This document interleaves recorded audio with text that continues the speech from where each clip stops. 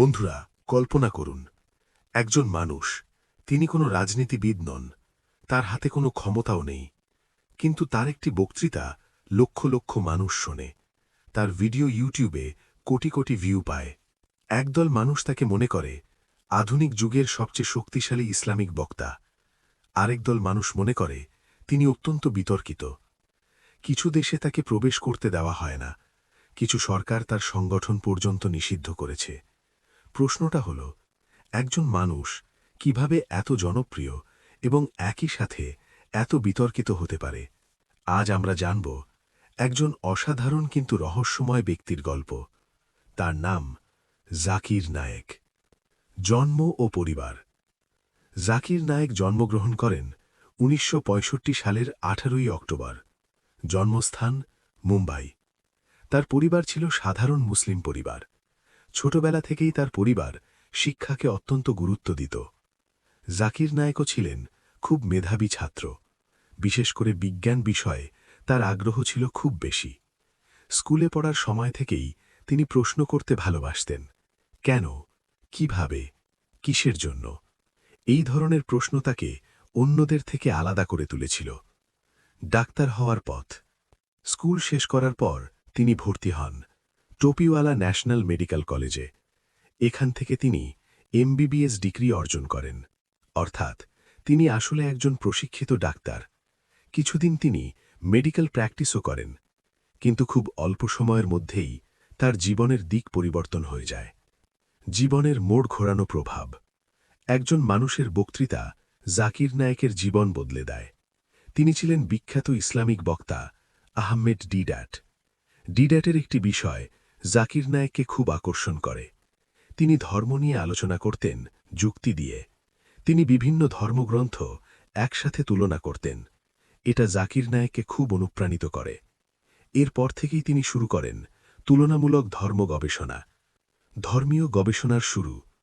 তিনি শুধু কোরআন পড়েননি, তিনি পড়েছেন বাইবেল, হিন্দু ধর্মগ্রন্থ, বৌদ্ধ ধর্মগ্রন্থ। তার লক্ষ্য ছিল ধর্মকে যুক্তি এবং বিজ্ঞানের আলোকে ব্যাখ্যা করা। এই ধরনের গবেষণা তাকে ধীরে ধীরে তৈরি করে একজন বক্তা হিসেবে। বক্তা হিসেবে উত্থান। ১৯৯০-এর দশকে জাকির নায়েক শুরু করেন তার বক্তৃতা। তার বক্তৃতার স্টাইল ছিল আলাদা।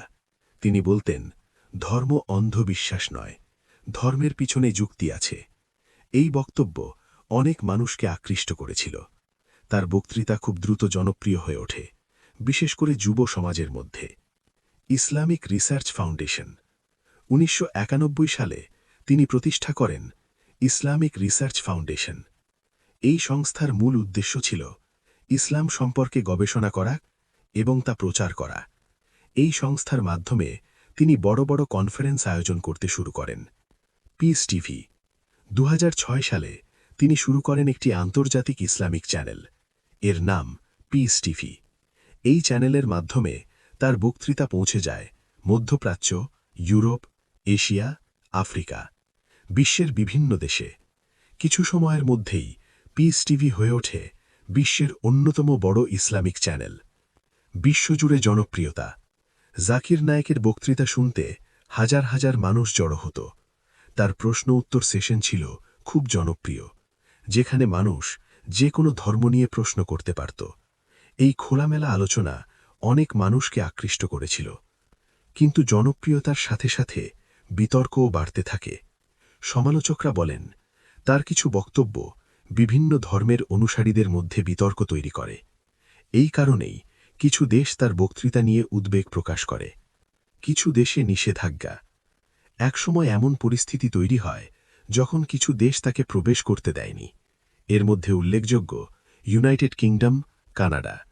তাদের যুক্তি ছিল, তার কিছু বক্তব্য সমাজে উত্তেজনা তৈরি করতে পারে। তবে তার সমর্থকরা বলেন, এগুলো ছিল রাজনৈতিক সিদ্ধান্ত। ভারত থেকে তদন্ত। ২০১৬ সালে ভারতে তার সংগঠন নিয়ে তদন্ত শুরু হয়। পরে ভারত সরকার ইসলামিক রিসার্চ ফাউন্ডেশন নিষিদ্ধ ঘোষণা করে। এরপর থেকে জাকির নায়েক ভারতে আর ফিরে যাননি। মালয়েশিয়াতে বসবাস। পরবর্তীতে তিনি বসবাস শুরু করেন মালয়েশিয়াতে। সেখানে থেকেও তিনি তার বক্তৃতা কার্যক্রম চালিয়ে যাচ্ছেন। নায়ক না বিতর্কিত বক্তা।